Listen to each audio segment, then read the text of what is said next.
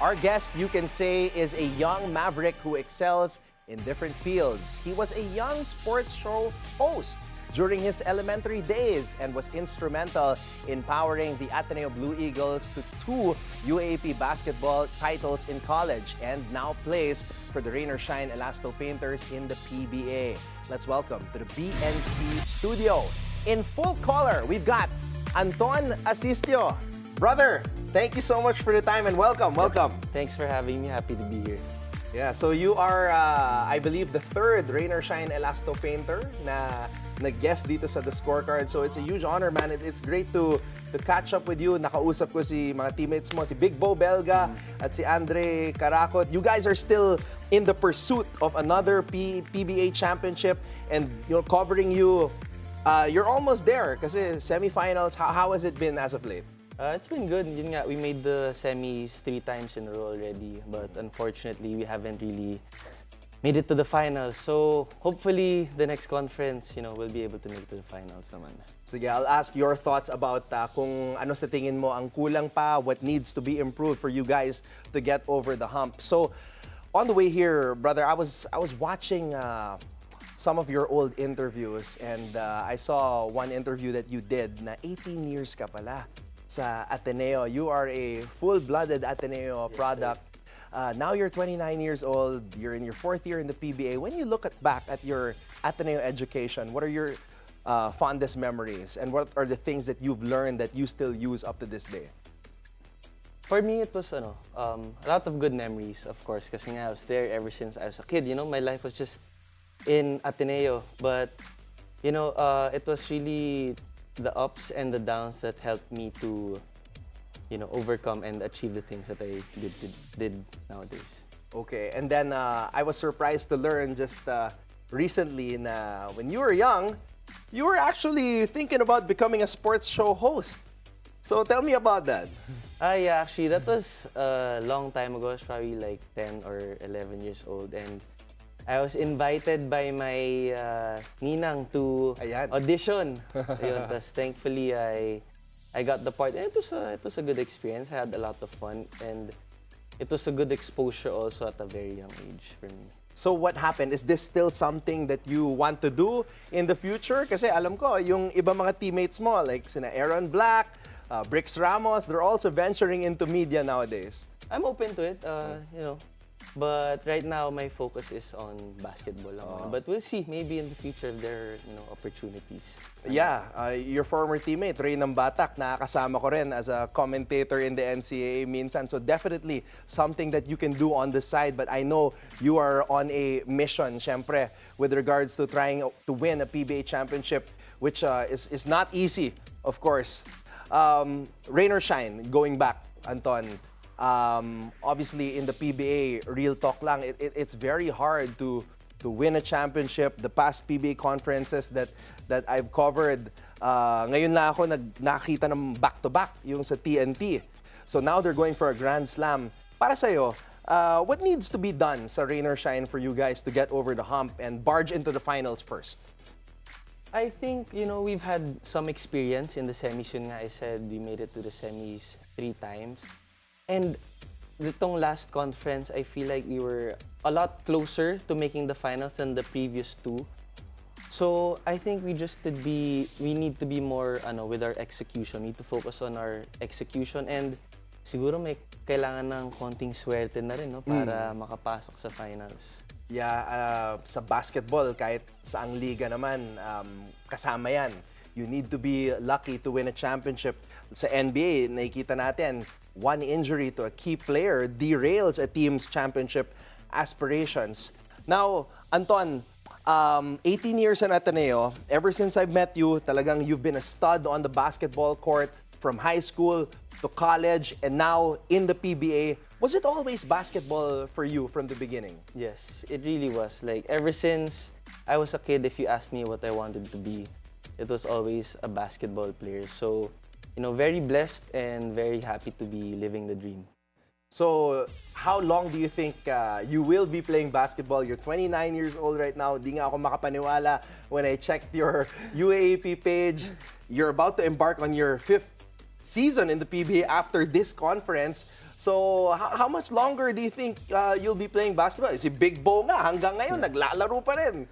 Well, for me naman ako, honestly, I want to play basketball for as long as I can. So, I really try to focus on, staying healthy, my recovery. So yeah, I want to play as long as I can, but, it's up to my body. I'll be able to tell if it's time to hang it up. I don't think that's anytime soon, though. All right, Anton, who's one teammate in basketball that you haven't been teammates yet with, that you feel like you want to be teammates with in the future? Because maybe, you guys would be an effective duo. Siguro ako. Biased ako eh. I'm happy with my teammates already. Kasi ang dami na naming pinagdaanan, alam mo yun, like from the times na we wouldn't make the playoffs, to not making to the quarters, to the semis. So, wala, I wanna stick with my rain or shine teammates. Okay, how about this? Ito, dalian ko ng konti.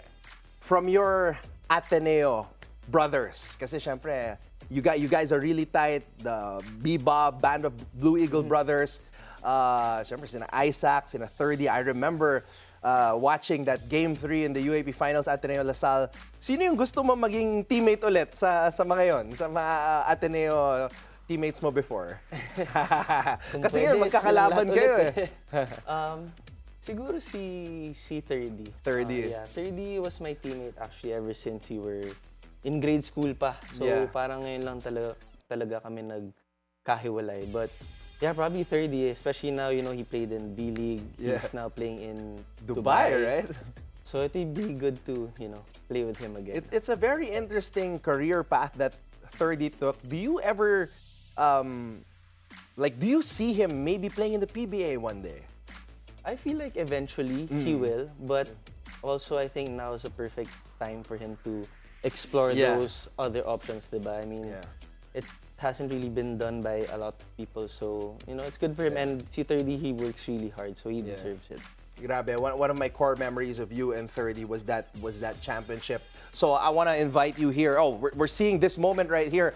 I'm actually there. I saw myself. Ton, let's go here to the LED screen, and I want to show you one of your highlights. Let's break down this play right here. Do you remember this play?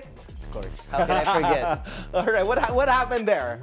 Kasi buzzer beater to, halftime to, di ba? Yeah. Actually, ball possession na ng Lasal yan, and then they turned it over. So Coach Tab called a timeout. Yeah. And he drew up a play. Actually, that play was for me talaga eh. Yeah.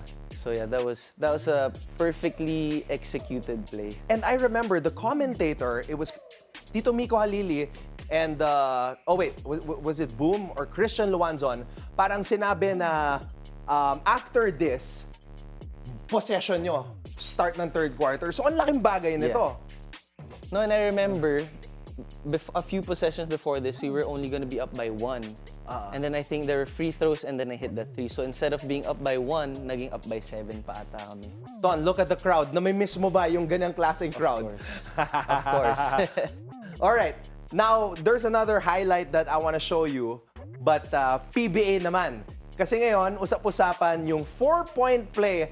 How has that affected the way you train and practice in the PBA now that you have the 4-point play? Actually, ever since naman, I've been practicing, well, before it was long threes. Yeah. Now it's a 4-point play. So I didn't really change much. I still do the same things I do in practice, but now it's a more of conscious effort lang na, meron ng 4 points. So if ever I need to shoot a 4, at least I know like I did all my reps. So you also practice 4-point shots now? So this was a buzzer beater, rain or shine. How has that affected your training with Coach Yeng? Do you guys allot time na pinapractice nyo talaga yung 4-point shot? Oh yeah, si Coach Yeng, he's really big on outside shooting. Actually, yung maganda nga kay Coach Yeng is, if you're open, he wants you to shoot it. So for a shooter like me, that's music to my ears, diba? So as a shooter, and I'm sure a lot of people are watching right now, for you, what advice can you give them?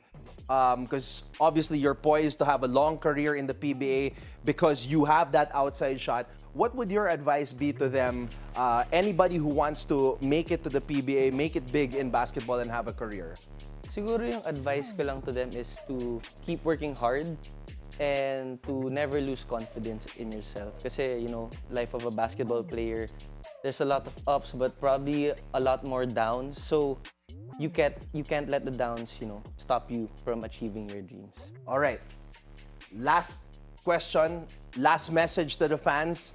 I know since I feel like you're the perfect person to ask. Kasi 18 years in Ateneo, the Ateneo Blue Eagles starving for a UAAP championship, and people are saying, Coach Tab Baldwin, if he does not win, this might be his last season in the UAAP for Ateneo. Are you hearing that chatter, and what's your advice to the Blue Eagle faithful, the Ateneo faithful, to keep trusting, keep believing in the Ateneo Blue Eagles? They came close to beating LaSalle in the Asia Basket. What is your message to all the Ateneans? To all the Ateneans, kapit lang tayo. You just have to believe in the system. You know, Coach Tab has won multiple championships for Ateneo, so just keep supporting the team and keep the faith. There you have it. From no less than a guy who spent 18 years in Ateneo, Anton Asistio. Brother, thank you so much for the time. Thanks for having me. Thanks for guesting here on the Scorecard.